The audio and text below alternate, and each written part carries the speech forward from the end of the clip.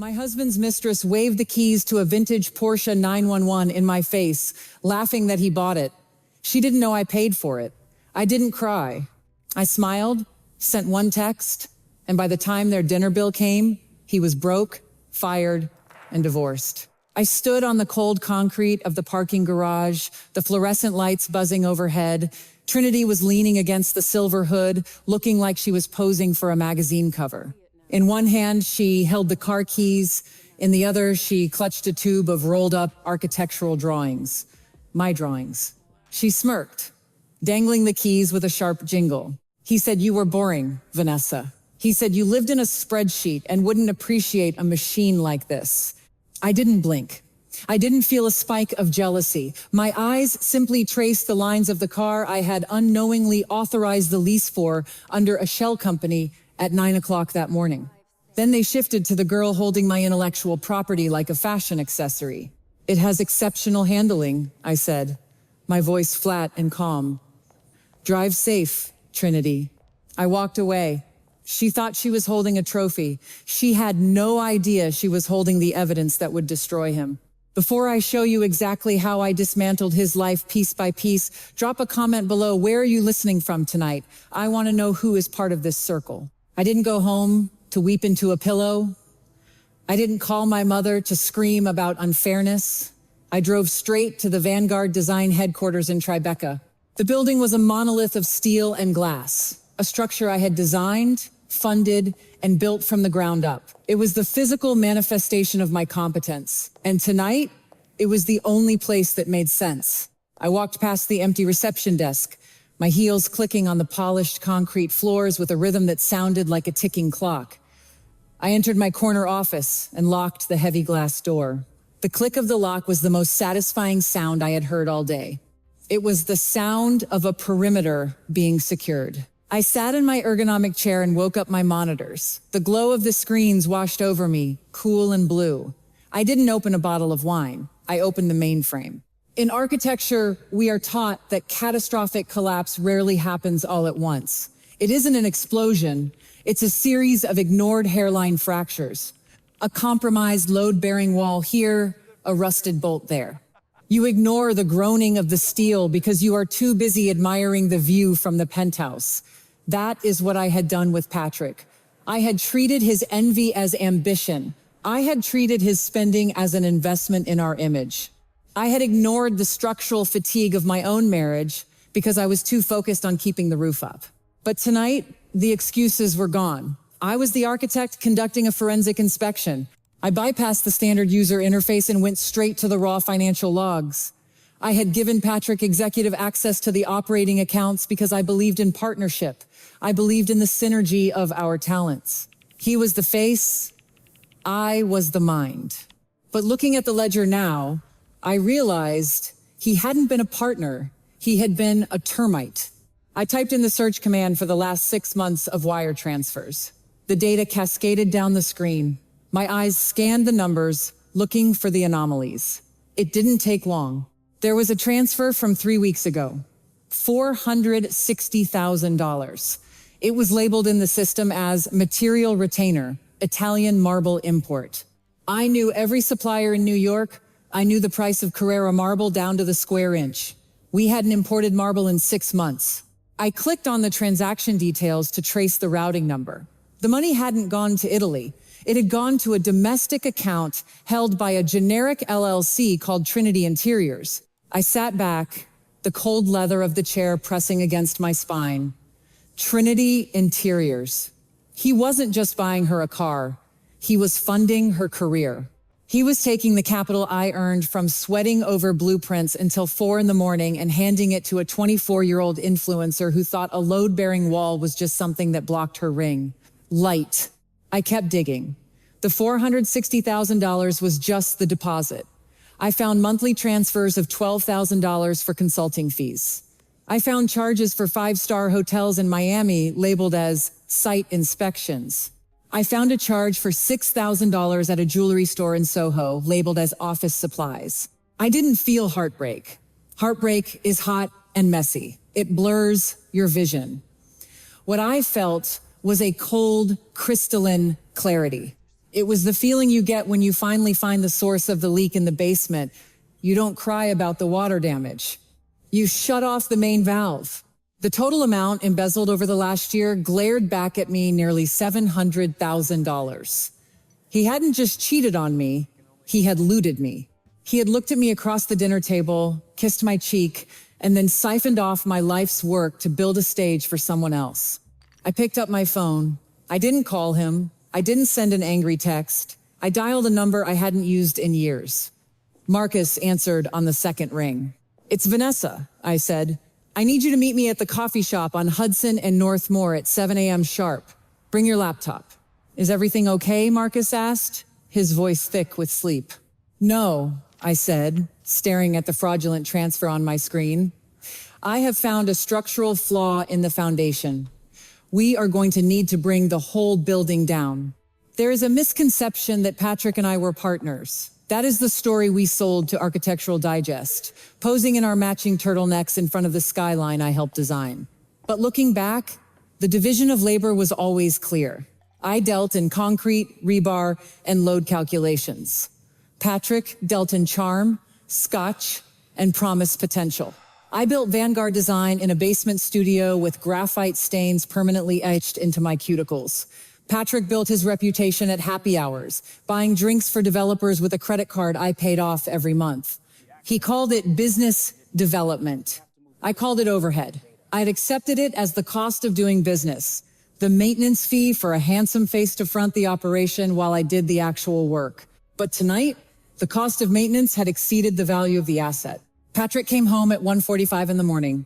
He didn't stumble, but he walked with the over-deliberate precision of a man trying to hide how much vintage Bordeaux he had consumed. The scent hit me before he even took off his coat, Le Labo Santal. It was woodsy, expensive, and distinctly not the cologne I bought him. It was the scent of Trinity. I was sitting on the living room sofa, a single lamp illuminating the book I wasn't reading. "You're up," he said, loosening his tie. He didn't ask how I was. He went straight to the liquor cabinet and poured himself a glass of water, his back to me. "The Hudson project is a nightmare. The zoning board is trying to strangle us on the setbacks." "I thought the Hudson project was already in the permitting phase," I said. My voice was even. He stiffened, just for a microsecond. "It is. But you know, these bureaucrats, they want a bridge loan to secure the materials before they sign off on the variance. It's strictly a liquidity test." He turned around, flashing that boyish, weary smile that had worked on me for 15 years. "Actually, that's what I needed to talk to you about. I need a transfer. 2.2 million. Just for 48 hours to show the board we have the reserves. Then I'll move it right back. 2.2 million. He said it casually, like he was asking for cab fare. He walked over and sat on the edge of the sofa. He reached out and placed his hand on my shoulder. His palm was warm, slightly damp. 10 years ago, that touch felt like safety. Tonight, it felt like a pickpocket tapping a mark to check for a wallet. "Vanessa, babe, look at me," he said, dropping his voice to that confidential whisper he used on investors. "I know you're cautious. You always have been, but you need to trust my vision on this. This deal is the one. It retires us. It buys us the island. Just sign off on the bridge loan." I looked at him. I looked at the man who was currently building a life with another woman using the bricks I had laid.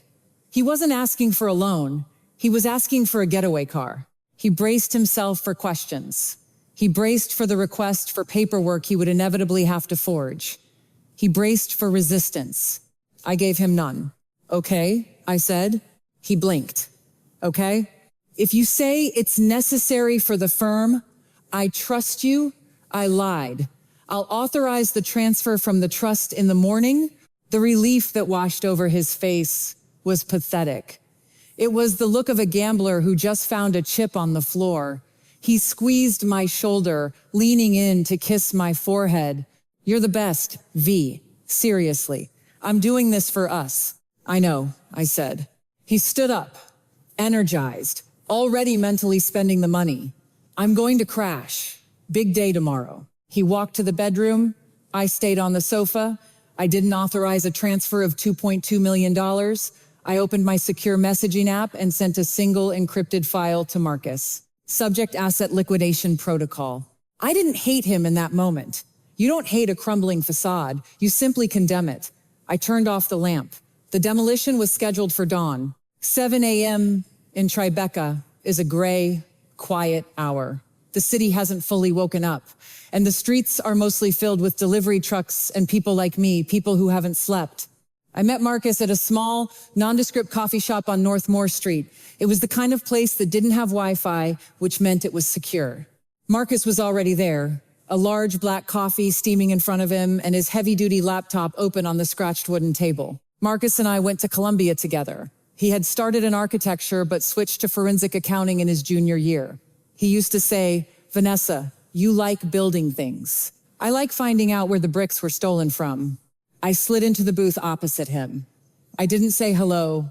I placed a flash drive on the table and pushed it across the wood until it hit his hand. "That's everything," I said. "The operating accounts, the personal joint checking, and the trust access logs." Marcus took the drive, his face grim. "I looked at the preliminary data you sent last night, V. It's bad, but I think it's worse than you think." He plugged the drive in and typed a sequence of commands. "You caught the transfers to Trinity Interiors. That was sloppy on his part. But look at this." He turned the screen toward me. It wasn't a bank statement. It was a log from the United States Patent and Trademark Office. 2 days ago, Marcus said, pointing to a timestamp. An application was filed to transfer the copyright ownership of the Glass House series. The applicant is Modus Vivendi Group. I felt a cold drop in my stomach. The Glass House series wasn't just a set of drawings. It was my signature collection. It was the design language that had put Vanguard on the map. It was my intellectual DNA. "Who owns Modus Vivendi?" I asked, though I already knew the answer. Marcus clicked a tab. "Registered agent, Patrick Cross. Managing member, Trinity Vale." The air in the coffee shop seemed to vanish. This wasn't just embezzlement. This was an extraction. Patrick wasn't just leaving me for a younger woman. He was planning to clone my firm. He intended to take my designs, my reputation, and my capital, and rebrand it as his own genius. He was going to launch his new life by cannibalizing mine. "He's trying to steal the blueprints," I whispered. "He wants to be the architect." "He's trying to steal your future," Marcus corrected. "He moved the IP first so that when the divorce hits, he can claim the designs belong to his new entity. He's betting that you'll be too emotional to notice the paperwork shuffle." I looked at the screen. I looked at the name Trinity Vale listed as a managing member of a firm built on my talent. The last trace of sadness evaporated from my chest. It was replaced by the cold, hard hum of machinery coming online. "He thinks I'm emotional," I said, picking up my black coffee. "He thinks I'm the wife who signs checks and looks at color swatches." "What do you want to do?" Marcus asked. "We can file an injunction. We can freeze the IP transfer. It'll take weeks, but..." "No," I cut him off. "If we file an injunction, he'll know we know. He'll panic. He'll hide the rest of the money." I leaned forward. "Let the transfer go through. Let him think he owns it." Marcus looked at me, confused. "Why?" "Because you don't interrupt your enemy when he is digging his own grave," I said. "Keep digging, Marcus. Find out where he put the cash. I want to know exactly what he's building with my money." Marcus typed furiously for a few minutes. Then he stopped. He stared at the screen, his eyebrows shooting up. "Oh," he said softly. "Oh, this is audacious." "What? You wanted to know what he's building?" Marcus turned the laptop around again. "He isn't just building a company, Vanessa. He's building a house." Marcus clicked open a folder labeled The Nest. A series of architectural renderings filled the screen. It was a house, a sprawling, modernist glass box perched on the edge of a wetland. I recognized the aesthetic immediately. It was a derivative, clumsy imitation of my own style, floor-to-ceiling windows, cantilevered terraces, sharp, aggressive angles. He was building a cheap knockoff of a Vanguard home for the woman he was replacing me with. He's poured $2.4 million into contractors over the last 8 months, Marcus said, his voice low. The money didn't go to marble or zoning permits. It went to framers, glaziers, and a custom Italian kitchen. I stared at the rendering. It was situated on a prime lot in Sagaponack. He was trying to surprise her, Marcus continued. According to the contractor emails, he plans to unveil it this weekend. He calls it their fresh start. I leaned closer to the screen. My eyes weren't drawn to the house. They were drawn to the plot coordinates listed in the bottom corner of the site plan. Lot 42, Section B, Dune Road Development. A strange electric hum started at the base of my neck. I knew those coordinates. Marcus, I said, my voice barely a whisper. Who owns the land? Not the house. The land underneath it. Marcus typed a query into the Suffolk County property database. It looks like the land was part of a distressed development that went belly up last year. The developer defaulted on the loans. The debt was purchased by a private equity firm called Orion Holdings. A sound escaped me. It wasn't a happy laugh. It was a sharp, jagged noise that made the barista look over at our table. What? Marcus asked. Do you know Orion Holdings? I don't just know them, I said, a smile spreading across my face that felt razor sharp. I am them. Marcus stopped typing. 6 months ago, my wealth manager advised me to diversify into distressed debt, I explained, the pieces clicking together like a perfectly engineered lock. I authorized the purchase of a portfolio of defaulted loans in the Hamptons. It was a blind trust. I didn't look at the individual lots. I just bought the paper. I pointed at the screen. I own lot 42. I own the dirt he is building on. Patrick was so arrogant, so convinced of his own brilliance, that he hadn't bothered to run a title search. He assumed the land was still in limbo, or perhaps he thought he could buy the deed later with the proceeds from his next theft. He had committed the cardinal sin of real estate development. He had built a permanent structure on land he didn't own, legally, Marcus said, his eyes widening as he caught up to me. In the state of New York, any permanent improvement made to a property belongs to the title holder of the land. Exactly, I said. He didn't steal $2 million to build a house for Trinity. He stole $2 million to build a guest house for me. The dynamic of the entire war had just shifted. I wasn't just the victim of fraud anymore. I was the landlord. He was nothing more than a squatter with expensive taste. I looked at the rendering of the glass bedroom where he planned to sleep with her. It didn't look like a betrayal anymore. It looked like an asset. This is the kill shot, Marcus said softly. We don't just fire him. We evict him from his own dream. I checked my watch. It was Friday morning. Tonight, they were celebrating at AITA. He would be toasting to his new life, unaware that he had just gifted me the most expensive severance package in history. Draft the eviction notice, I told Marcus, and attach a copy of the deed. I want it delivered to his table with the check. I closed my eyes for a second, savoring the symmetry of it. He had tried to steal my work, my money, and my pride.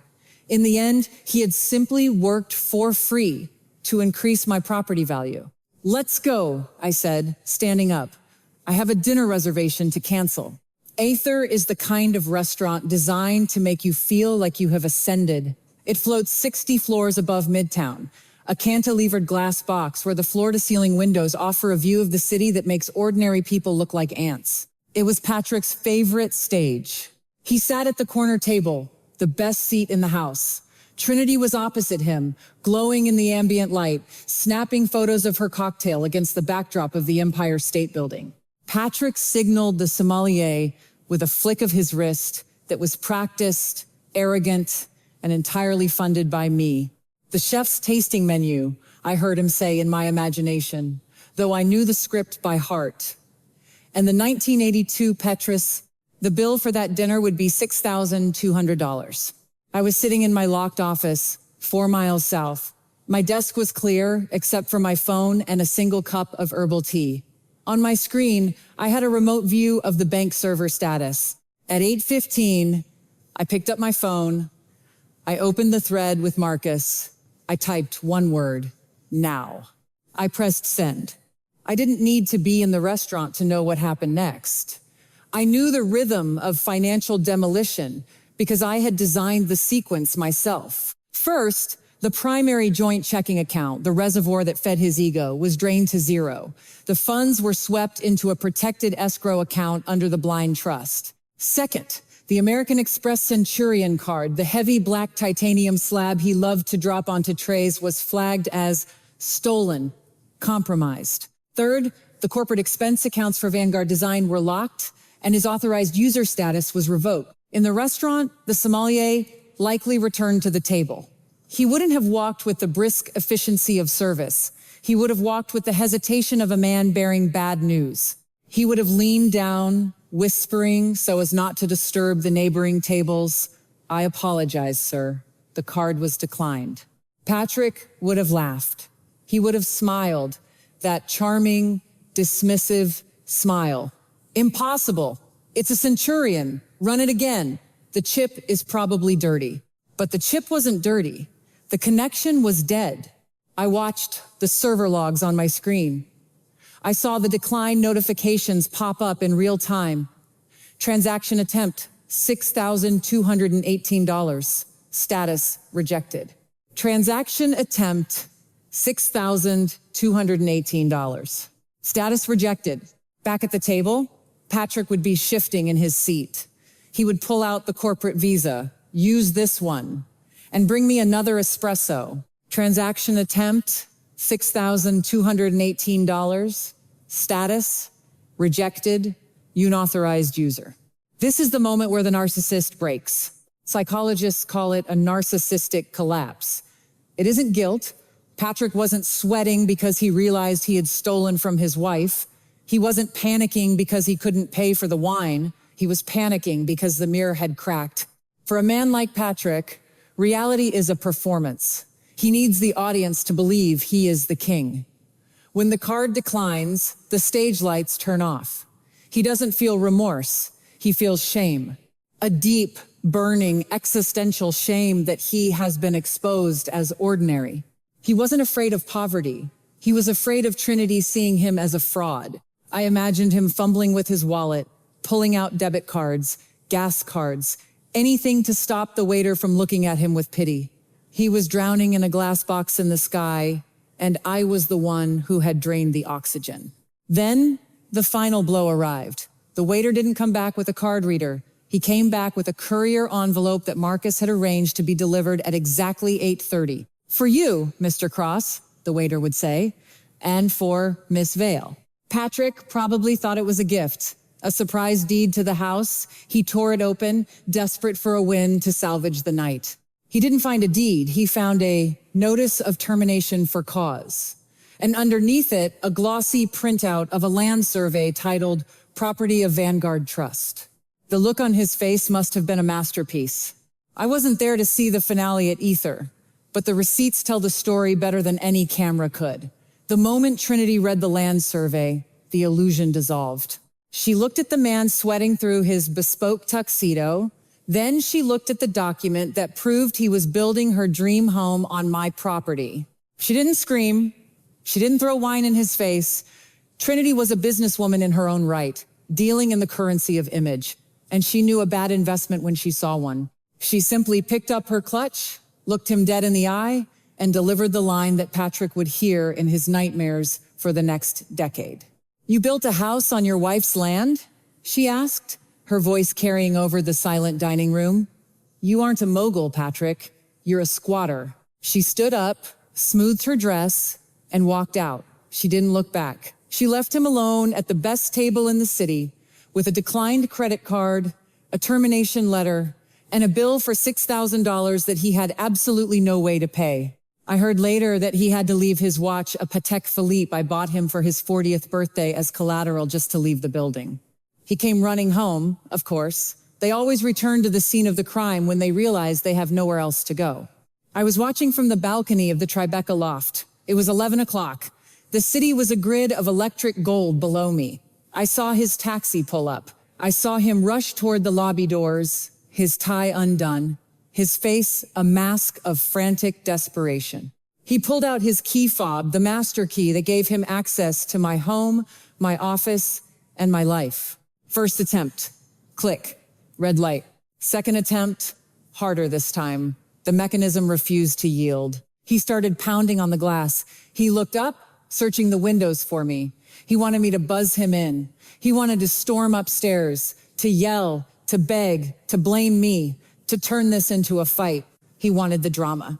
He needed the noise to drown out the silence of his own failure. But I didn't buzz him in. Instead, the lobby doors opened, and the night security guard stepped out.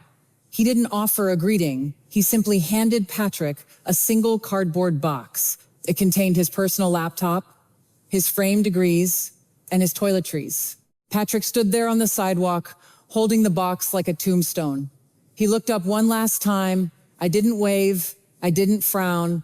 I just took a sip of my chamomile tea and turned my back. I learned that night that the loudest thing you can do to a man who craves attention is to give him silence. I didn't need to destroy him. I didn't need to scream or slash his tires. I just removed the scaffolding I had built around his ego and let gravity do the rest. He wasn't a victim of my vengeance. He was a casualty of his own weight. I walked back into my office. The air smelled of clean linen and graphite. I pushed the forensic audit reports into the trash bin. I was done with the past. I reached for a fresh roll of vellum paper and spread it across my drafting table. I picked up my pencil. I had a new project to start. It was a solo project, no partners, no facades, just pure, uncompromised structural integrity. I wrote the project name in the corner, Vanguard 1. Then I began to draw. Script completed. If you believe that silence is the ultimate weapon, hit that like button. Subscribe to the channel for more stories about taking back what's yours. And tell me in the comments, would you have warned him or would you have let him eat the bill?